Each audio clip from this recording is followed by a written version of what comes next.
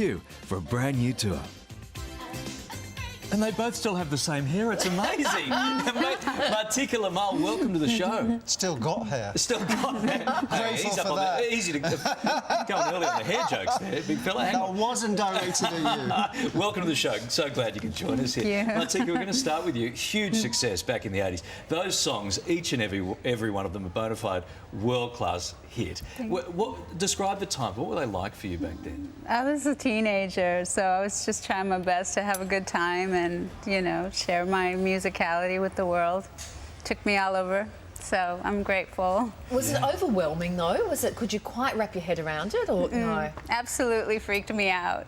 And did you get recognised on the streets and all that we expect that comes with that? Yes, immediately after, especially after Toy Soldiers, it was just constant. It was just very shocking.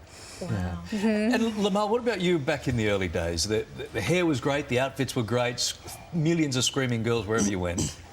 It was a crazy time, but I think when you're that age, you think you can conquer the world, right?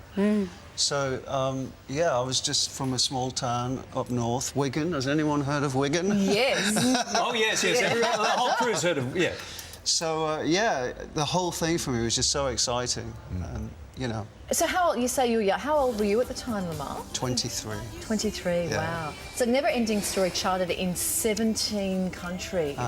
Did you wake up every morning and go, oh, look, now we're big in Poland, now we're big in Iceland? It was a bit like that, except Germany, where I couldn't get to #1. I was #2 for 6 weeks because Stevie Wonder was #1 with I Just Called to Say I Love You. Oh, well, that was a silly song, and those Germans have bad taste in music, right? I think we can all agree You on said that. Yeah. Martika, you stepped out of the spotlight for a little while. Why? I just meant to take maybe like a short break, like a month maybe, and it turned into a year, and then that became a decade, and then it just sort of happened. It wasn't intentional. What was behind it? Was it just a time to chill out and reboot?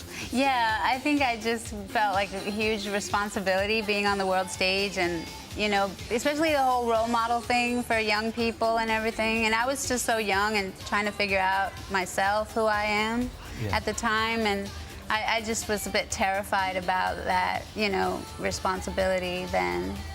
Do you look back now and go, gee, I had more in me, I had more to give? Yeah, oh, definitely, absolutely, sure. But, you know, I wish I had had maybe some mentors or some people that might have sort of tried to help me get through it and not sort of just run away. Yeah, and Lamal, I guess this is an important lesson because so many people are still queuing up for these reality shows around the world and who want to be big international stars immediately. But there's some hard lessons along the way, right, when it all kicks in and you just don't know how to manage that. I think the best training that you can get is what Motown did. They had a school and they gave you lessons about doing this, about how to move, about how to do your interviews. Personally, I never had that. So you really felt like you'd just been thrown off the edge of a cliff. Yeah. And it's pretty scary. But like I said, I was 23 and nothing really fazed me. So I just went out there. It's all kind of a haze looking back. I was actually in Sydney 33 years ago and I've been here for 5 days already. I don't recognise anything. Oh, we have changed a bit. Have you changed or is it my memory? I'm not sure. I don't remember Friday's show, so yeah, it's fine. Martika, you had a strong friendship with Prince, and we saw in that setup that beautiful song of Love Thy Will Be Done, which was originally a prayer, and then Prince came on board. And tell us about that.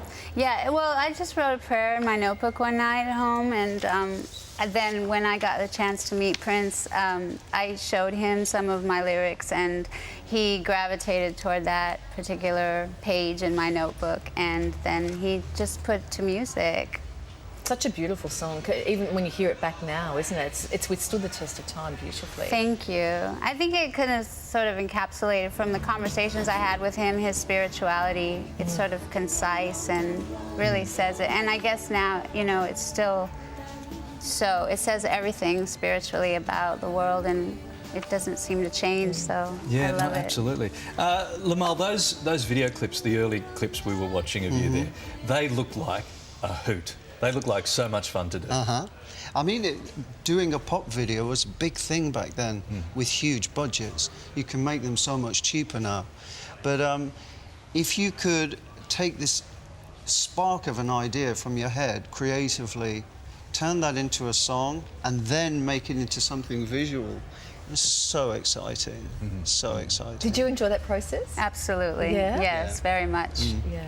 Can we talk about your hair for a moment? Because back in the day, there were people trying to get that hair thing going on all the time. Yeah. Were you aware of that? That you were like probably in the front windows of hairdressers and barbershops around the world saying, do you want this look? The first tour that Kaj Gugu did, very first gig was in Cornwall in the UK, and I came out and there were the first 10 rows all had my hair cut. And it was a big hall, and at that point I had no idea what impact my hair was having until that moment. The hairdressers had sold out of bleach too by the was it peroxide back there? There was a great story in one of the British magazines. This journalist went to talking about how she went to a local hairdressers in Yorkshire, and she came out. She asked for a Lamal, and she came out, and her hair was orange. I'd like a Lamal. It's tricky stuff, that bleach really and peroxide. Now, stick around. We haven't finished with you yet. We'd love you to stick around for a special challenge. We're going to delve deep. Yes. Oh, what, this time of day? Yeah. We'll see how you go. He's already said he can't remember the 80s, so we're in trouble. We'll see how you go. Don't be too scared. Nothing to be scared about. For all the details on the Totally 80s tour, which Martika and Lamal are participating in, are part of the lineup, head to our website. There is the lineup for you. Wow, Yeah, and we are back with Martika and Lamal right after this.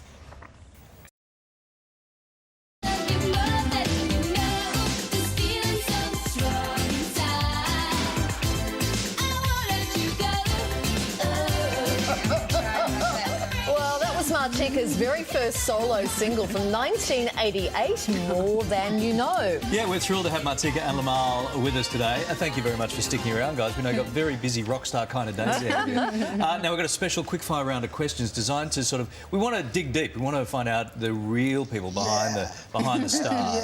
Okay, it's easy. All you need to do is answer as honestly as you can. Here we go. Which of each other's songs would you most like to steal? You're too shy, hush, hush. You can have it. OK, I'll go for Toy Soldiers. Oh, you're not even going to attempt to sing it, though? No, how can I follow that? Yeah. All right, biggest onstage mishap over the years? I've fallen over quite a few times. Wardrobe. Dangerously, yeah. Oh, really? Yeah. Wardrobe malfunction on this end. Wardrobe, right? A ponytail just flew right off. Oh, it's lovely. It wasn't attached at the time. It was attached, but not strongly enough. Not enough bobby pins. I actually have a note to myself before every show: don't walk backwards, because that's when I usually fall. That's when it comes undone. Because there's all these wires and speakers everywhere, and of course you don't know where you are. So. Oh yes, I'm. I had one of those. I had one of those just last week. Kylie had a good one of those. Which 80s band would you have most liked to have been a part of? The Revolution. The Revolution? Mm-hmm. There's so many for me. I'm gonna go for Duran Duran because they produced. Nick Rhodes from Duran produced Too Shy. Right, and went on to steal your hairstyle Yes, as well, I right? think Well, so I think there was a little bit of stealing going on both ways, really. Yeah. You've both met huge celebrities, of course.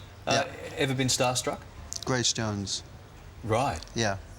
Speechless starstruck or just sweaty palms starstruck? Yeah, sweaty palm, but I've met so many, and you know, you admire their work. I had breakfast with Cliff Richard.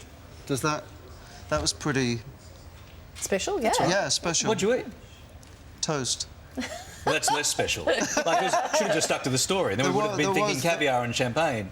Just to put that in context, there was a conference by the record company, and all the artists were down there, so we all stayed in the same hotel. And Martika? Shaka Khan. Oh, we were just speaking about her just a short time ago. Oh, yeah. Yeah. Yep. I met her in a supermarket. My husband pulled me over. I was like a little girl. He's like, you have to meet her. I was like, no, I don't want to meet her. I don't want to meet her. He said, come on. He's like, Shaka, she's your biggest fan. And I'm like, can I hug you? She's like, come here, girl. So I gave her. And did she recognise you? Yeah, I don't know. I thought you were going to say you met her at some big sort of industry No, record just the function. No, supermarket, just in the neighbourhood in in the LA. fruit and veg aisle. That's Okay. not as good as breakfast with Cliff, really. Well, toast with that's it's right. not. Toast with Cliff Yeah. Richard. We got some viewer questions too, because our viewers love you guys. Of course, Martika. First up, Beck Murdoch wants to know if you keep in touch with your Kids Inc. co-stars. Yes. And what was the favourite song from the show? Yeah, we speak occasionally, and That's Dancin' was a song that a music producer wrote for me to sing on the show. That's Dancin'. Okay. Lamal, Angel Face wants to know if you have any plans for any new music coming out. Never say never. Watch this space. I don't know. Like John Lennon says, life is what happens while you're busy making other plans. Yeah.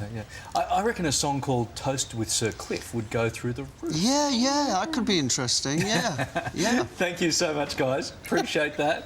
That was good, huh? Yeah. Good to get some of those viewer I questions. That was deep. love seeing those old video clips. They're just fabulous, and hear the Thank songs you. again. Thanks, Fantastic. guys. Great Thank to see you this morning. Thanks. Enjoy your time here in Australia. We know jet lag's probably kicking in a little bit there. I'm but- fine. Yeah. I've been here since Wednesday morning, so I'm fine. So you're ready to rumble. Yeah. All right. Okay. Great to see you guys. Thank you so much. Thank Nice you. meeting you. Great fun. Thank you. Now, speaking of great music,